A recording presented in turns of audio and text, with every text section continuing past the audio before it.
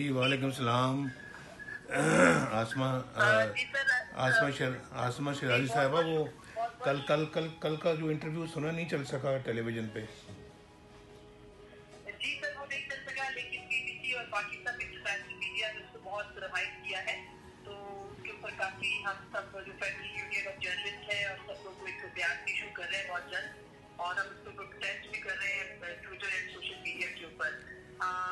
لیکن اگر آپ لیکن لیکن لیکن لیکن اگر لیکن لیکن اگر آپ کا چینل چلا دیتا تو چل جاتا۔ جی سر ابھی ہم یہی ابھی جا کے انشاءاللہ فیصلہ کریں گے کہ اس کو ہم ضرور چلائیں۔ تھوڑا سا کیمرا کی طرف سے یہ آیا کہ آپ کا چینل بند کر دیا جائے گا، اور بھی بہت سارے تھریڈ ابھی جو ہے وہ دیے گئے ہیں۔ یہ تو آسما پر یہ تو پھر سٹینڈ آپ کو لینا پڑے گا۔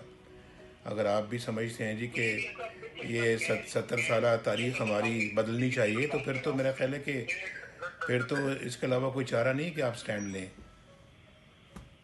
جی بالکل سر، ہم آپ سے لے رہے ہیں اس کے اوپر۔ میں خیال ہے میری ساری جو صحافی برادری یہاں پہ بھی ہے، باقی سب لوگ ہم اس کے اوپر کھڑے ہیں۔ یہ تو ہماری جنگ ہے، یہ تو فریڈم آف ایکسپریشن کی جنگ ہے، اور آئین اس کو انشور کرتا ہے سر ہماری پوری کو۔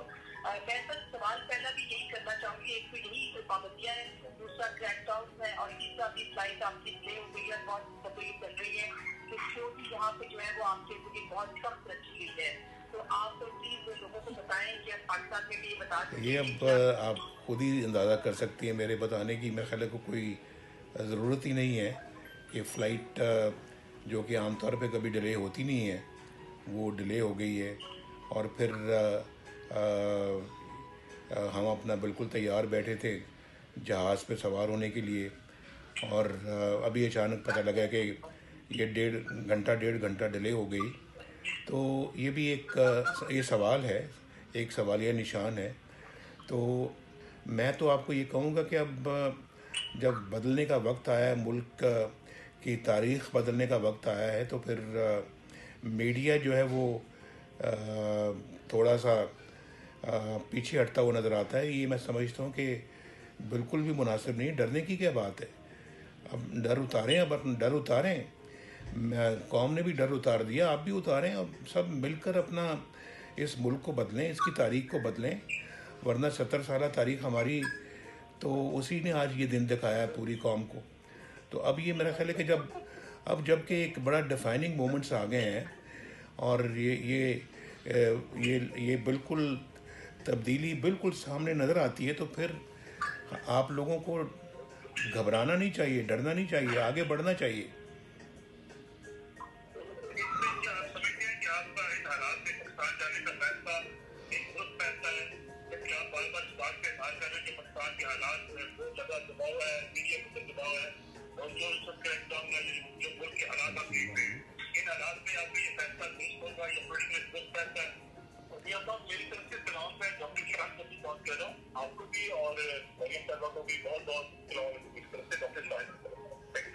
جی ملک صاحب ہیں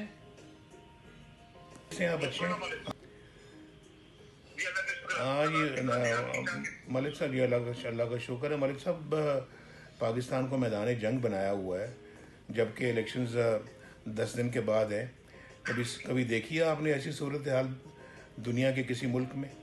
تو یہ اس طرح کے نقشے صرف پاکستان ہی پیش کر سکتا ہے، اور 70 سالہ تاریخ میں اس طرح کے کئی نقشے پاکستان نے پیش کیے ہیں۔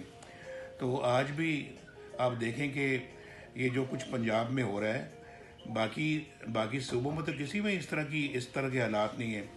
کنٹینر یہاں لگا دے گئے ہیں، یہاں پہ اپنا رکاوٹیں کھڑی کر دی گئی ہیں، سینکڑوں ہزاروں کی تعداد میں کارکنوں کو پکڑا گیا ہے، اور پھر وہ جو ہے ان کو ڈرایا دھمکایا جا رہا ہے، اوپر سر پہ الیکشن کھڑا ہے، اور کون سی غیر قانونی کام کیا انہوں نے جو ان کے راستے کو روکا جا رہا ہے۔ تو یہ اپنا میں سمجھتا ہوں کہ کیا کریڈیبلٹی ان الیکشنز کی تاخ رہ جائے گی اب ان الیکشنز کی۔ ہم تو الیکشنز لڑ رہے ہیں، ہم تو میں سمجھتا ہوں کہ پیچھے نہیں ہٹے، اور آج میں اپنی وہاں وائف کو وہاں پہ اس ہسپتال میں چھوڑ کے انکانشیس چھوڑ کے میں یہاں پاکستان آ رہا ہوں۔ مجھے پتہ ہے کہ مجھے 10 سال کی قید کی سزا دی ہوئی ہے، مریم کو 8 سال قید کی سزا دی ہوئی ہے، تو میں کسی مقصد کے لیے آ رہا ہوں، اور